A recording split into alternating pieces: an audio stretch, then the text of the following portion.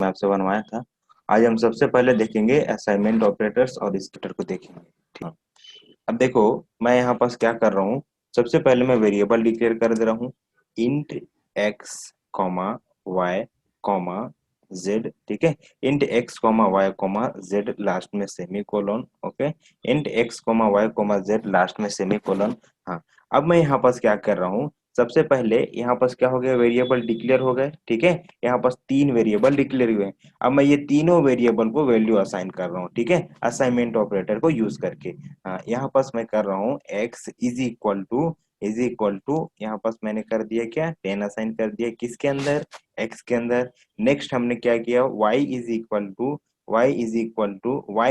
To अगर मैं यहाँ पास कर देता हूँ x, इसका मतलब क्या हुआ। देखो यहाँ पर सबसे पहले मैं x के अंदर क्या असाइन किया, 10 असाइन किया। अगर मैं यहाँ पास लिखूं y is equal to x, तो इसका मतलब ये हुआ कि आप पहले इससे पहले आप क्या किए थे, x में क्या असाइन किए थे, 10।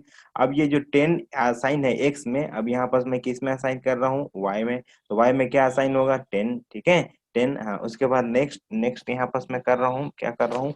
हाँ, नेक्स्ट में यहाँ पास कर रहा हूँ z इज इक्वल टू, ठीक है, z is equal to x plus y. ठीक है, z is equal to x plus y. ठीक है। हाँ देखो, सबसे पहले मैं वेरिएबल डिक्लेयर किया। वेरिएबल डिक्लेयर करने के बाद एक एक वेरिएबल के अंदर मैं वैल्यू असाइन कर रहा हूँ। तो सबसे पहले मैं यहाँ पास x के अंदर क्या असाइन किया, x के अंदर मैं 10 असाइन किया। ठीक है, x के अंदर 10 असाइन किया। जब ये 10 असाइन हो गया, तो मैं x के अंदर फिर क्या असाइन कर रहा हूँ, y के अंदर क्या असाइन कर रहा हूँ, सॉरी x। ठीक है, y के अंदर मैं x मतलब क्या, यहाँ पास मैं x के अंदर जो वैल्यू 10 है उसको असाइन कर रहा हूँ। ठीक है। उसके बाद मैं z में क्या कर रहा हूँ, जेड में सबसे पहले ये ऐड होगा। ठीक है, ऑपरेटर प्रेसिडेंस के हिसाब से सबसे पहले ये क्या होगा, ऐड होगा। ऐड होगा क्या, यहाँ पर सबसे पहले क्या होगा, एक्स का वैल्यू क्या है, एक्स का वैल्यू क्या है 10, प्लस वाई का वैल्यू क्या है 10। ठीक है, 10। तो ये दोनों ऐड होंगे। ऐड हो जाने के बाद फिर किस में असाइन हो जाएगा, जेड में। तो जेड में क्या वैल्यू असाइन हुआ, 20। ठीक है, जेड में वैल्यू असाइन होगा 20। ओके। अब यहाँ पास देखो, सबसे पहले क्या हुआ, अगर मैं मेमोरी डायग्राम की बात करूं, तो अगर इस लाइन में आप डिक्लेयर किए वेरिएबल, तो क्या हुआ, एक एक्स नाम से मेमोरी क्रिएट हुआ, वाई नाम से मेमोरी क्रिएट हुआ, जेड नाम से मेमोरी। ये देखो, मैं मेमोरी की बात करता हूँ, तो मतलब कहाँ मेमोरी क्रिएट होता है, स्टैक में क्रिएट होता है कि हीप एरिया में क्रिएट होता है, कौन से एरिया मेमोरी क्रिएट होता है, ये मैं आपको जेवीएम आर्किटेक्चर में आपको जब बताऊंगा, जब मैं समझाऊंगा, तो उस समय आपको बताऊंगा कि ये जो मेमोरी जेड, ठीक है, एक्स वाई जेड क्रिएट हो गया। हाँ, उसके बाद क्या हुआ, यहाँ पास मैं वैल्यू असाइन किया एक्स वेरिएबल के अंदर क्या, 10। तो ये एक्स जाएगा, ठीक है, इस लोकेशन पे, और यहाँ पास वैल्यू क्या असाइन कर देगा, 10। यहाँ पास वैल्यू क्या आ जाएंगे, 10। ठीक है, 10 आ जाएंगे। ओके। उसके बाद यहाँ पास हुआ है, तो ये एक्स पहले जाएगा, ठीक है, एक्स लोकेशन पे जाएगा, वहां वैल्यू क्या है, 10। ये 10 को उठाएगा, ठीक है, और यहाँ लाएगा। ठीक है, यहाँ पास 10 को उठा के लाएगा, और ये y के अंदर ये क्या असाइन करेगा, 10। ठीक है, तो इसके अंदर क्या असाइन हो जाएगा, 10। तो ये अब y जाएगा, ठीक है, अपने लोकेशन पे, और यहाँ पास वैल्यू हमने क्या असाइन किया है, 10। तो यहाँ पास क्या असाइन हो जाएगा, 10। ठीक है। ओके। अब नेक्स्ट में क्या हुआ है, नेक्स्ट में हमने सबसे पहले इसको ऐड किया, x और y वेरिएबल को ऐड किया है। ठीक है, तो ये x के पास जाएगा, x के पास वैल्यू क्या है, ये वैल्यू 10 लेके आएगा। फिर y जाएगा, y के पास वैल्यू क्या है, 10। दोनों वैल्यू लेके आएंगे, 10 10, और ये दोनों को पहले ऐड करेगा। ठीक है, ऐड करेगा। ऐड करने के बाद z के अंदर वैल्यू क्या आ जाएंगे, 10, और 10 को ऐड करूंगा तो क्या हो जाएगा, 20। z लोकेशन पे जाएगा, और यहाँ पास वैल्यू क्या कर देगा, 20। ठीक है, यहाँ पास आ जाएगा वैल्यू 20। समझ में आ रहा है। हाँ, अब यहाँ पास मैं प्रिंट करता हूँ सबसे पहले x को, लास्ट में सेमी कोलन। ठीक है, कंट्रोल s। हाँ, उसके बाद कंट्रोल 1 करता हूँ, control 1, yes, successfully compile. Control 2, 10 आ गया आउटपुट। हाँ, अब अगर मैं प्रिंट करूं यहाँ पास y और z को, तो क्या प्रिंट होगा, अगर मैं यहाँ पास करूं y, यहाँ पास अगर मैं करूं z, ठीक है, z, यहाँ पास क्या प्रिंट होना चाहिए, हम लोगों ने जो मेमोरी डायग्राम बनाया था उसमें 10 10 उसके बाद 20 प्रिंट होना चाहिए। Control s, control 1, successfully compile हो गया। कंट्रोल भी लिटरल को, यानी कोई भी नंबर को हम वेरिएबल के साथ असाइन कर सकते हैं। ठीक है। हाँ, तो ये है असाइनमेंट ऑपरेटर का बेसिक। अब मैं आपको रूल्स इसका बता रहा हूँ। ठीक है, अब हम लोग रूल्स पढ़ रहे हैं। मैं इसको थोड़ी देर के लिए इसको रिमूव कर रहा हूँ, इसको मैं हटा रहा हूँ। ओके। हाँ, अब मैं हटा रहा हूँ। अब देखो रूल्स में, अगर मैं यहाँ पास लिखूं, क्या लिखूं, अगर मैं यहाँ पास लिखूं 10 इज इक्वल टू 20, क्या मैं ये कर सकता हूँ? नहीं कर सकता, ठीक है। हाँ, अगर आप ये यूज कर रहे हो तो यहाँ पास क्या होना चाहिए? ऑपरेंड होना चाहिए। यहाँ पास दोनों तरफ क्या है? लिटरल है। ये 20 कैसे असाइन होगा 10 में? हो सकता है क्या? नहीं हो सकता ना, ये मुमकिन ही नहीं है, ठीक है। कैमरा आता है कि नहीं आता है, कंट्रोल एस कंट्रोल वन, ठीक है। अनएक्सपेक्टेड टाइप, ठीक है। ये क्या टाइप है? यहाँ पास कुछ टाइप होना चाहिए, वेरिएबल होना चाहिए वहां पास, ठीक है। यहाँ पर देखो लिखा है इन्होंने रिक्वायर्ड वेरिएबल, ठीक है। और यहाँ पास आप क्या लिखे हो? वैल्यू लिखे हो। वहां पास क्या रिक्वायर्ड है? वेरिएबल। और आप क्या लिखे हो? वैल्यू लिख दिए हो, ठीक है। तो आप ऐसे नहीं कर सकते, ध्यान से देना है केस, केस बहुत ध्यान से देखना। बहुत इंपॉर्टेंट केस, ओके। हाँ, अगर मैं यहाँ पास लिखूं, क्या लिखूं? अगर मैं यहाँ पास लिखूं 10 इज इक्वल टू वाई, क्या मैं ये कर सकता हूँ? ये भी नहीं कर सकता। क्यों? क्योंकि अगर आप कभी भी वैल्यू असाइन कर रहे हो, ठीक है, तो लेफ्ट साइड हमेशा ऑपरेंड होना चाहिए, यानी कि वेरिएबल होना चाहिए, ठीक है। और कंपेटेबल वेरिएबल होना चाहिए। कहने का क्या मतलब? कहने का ये मतलब कि अगर मान लो आप यहाँ पास इंट वेरिएबल एक्स क्रिएट किए हो, तो अगर आप यहाँ पास लेफ्ट साइड में अगर वेरिएबल रखोगे, ठीक है, तो अगर आप लेफ्ट साइड में वेरिएबल रखोगे तो ये भी इंट होना चाहिए, और जो वैल्यू आप असाइन कर रहे हो ये भी इंट होना चाहिए, ठीक है। कंपेटेबल होना चाहिए, या तो इंट होना चाहिए, इंट से लोअर होना चाहिए, यानी कि केयर बाइट शॉर्ट होना चाहिए, ठीक है। ये याद रखना। तो हम यहाँ पास क्या कर रहे हैं? हम यहाँ पास यही काम कर रहे हैं इनडायरेक्टली। जैसे यहाँ पास क्या कर रहे थे? 10 इज इक्वल टू 20 कर रहे थे, तो यहाँ पास क्या होगा? यहाँ पास y का वैल्यू क्या आएगा? 10, और हम 10 को 10 में असाइन कर रहे हैं, ये कर सकते हैं? कभी नहीं कर सकते, ठीक है। ये कभी नहीं कर सकते। तो ये भी क्या हो जाएगा? इनवैलिड हो जाएगा। कंट्रोल एस कंट्रोल, मैं यहाँ पास करूँ एक्स प्लस वाई, क्या मैं ये कर सकता हूँ? ये भी नहीं कर सकता। ये भी काम, यानी कि वेरिएबल होना चाहिए। अगर मैं यहाँ पास डिक्लेयर, यहाँ पास लिखता हूँ इस तरह से x plus y is equal to, ठीक है, x plus y is equal to 30, क्या मैं ये कर सकता हूँ? क्या कर सकता हूँ? नहीं कर सकता, ठीक है। नहीं कर सकता, ऐसे भी हम नहीं कर सकते, ठीक है। कैसे नहीं कर सकते बताओ? कैसे नहीं कर सकते भाई? आप तभी बोले हो कि ऑपरेंट यूज कर सकते हैं। हाँ, हमने बोला है कि ऑपरेंट यूज कर सकते हैं, लेकिन अगर हम इसकी बात करें तो ये कंपाइलर क्या करेगा और जेबीएम क्या करेगा इसके साथ? देखो, यहाँ पास एक्स का वैल्यू क्या है? एक्स का वैल्यू 10 है, प्लस वाई का वैल्यू क्या है?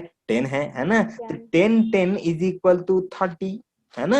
10 इज इक्वल टू 30, ये काम हो जाएगा ना। तो अब एक बात बताओ, यहाँ पास भी क्या हो गया? यहाँ पास भी वेरिएबल यानी कि वैल्यू हो गया। यहाँ पास 10 20 हो गया, यहाँ पास 30 हो गया। तो अब मैं यहाँ पास नेक्स्ट में करता हूँ, नेक्स्ट में लिखता हूँ। अगर मैं यहाँ पास लिखूँ क्या? सिस्टम डॉट आउट डॉट, ठीक है, प्रिंट एलन, अगर मैं यहाँ पास लिखूँ, क्या लिखूँ? ए इज इक्वल टू 10, क्या मैं ये लिख सकता हूँ? यस, ऑफ कोर्स लिख सकता हूँ, ठीक है। ऑफ कोर्स लिख सकता हूँ। इसमें क्या हुआ? इसमें दो ऑपरेशन हुए। क्या क्या ऑपरेशन हुए? ठीक है।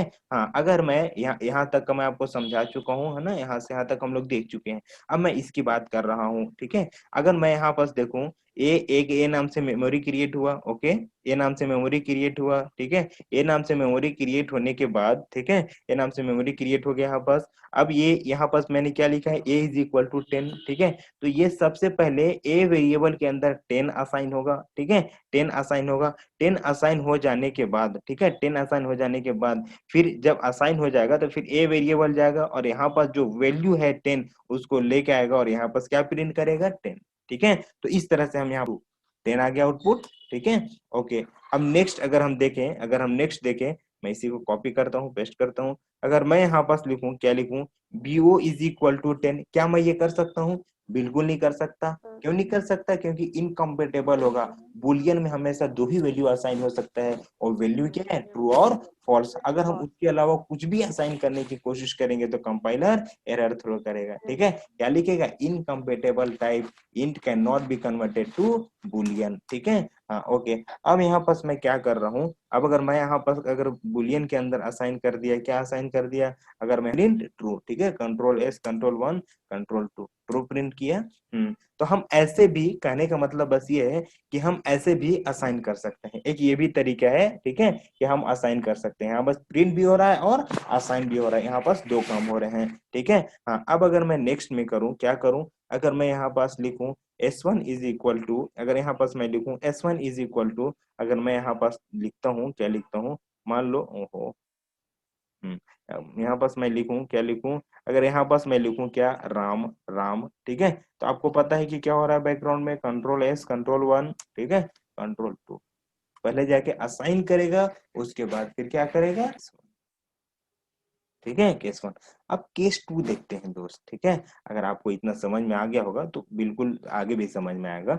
ओके, केस 2 हैज, ठीक है, केस 2 देख, n इज इक्वल टू, ठीक है, n is equal to m is equal to, is equal to 10, क्या मैं ये कर सकता हूँ, यस, ऑफ कोर्स कर सकता हूँ, ठीक है, ऑफ कोर्स कर सकता हूँ, हाँ। उसके बाद यहाँ पास मैंने डिक्लेयर किया int o is equal to, है ना, int o is equal to n is equal to m is equal to 20, ठीक है, क्या मैं ये कर सकता हूँ, यस, ऑफ कोर्स कर करेगा, control S, control 1, successfully compile हो गया, ठीक है, हाँ।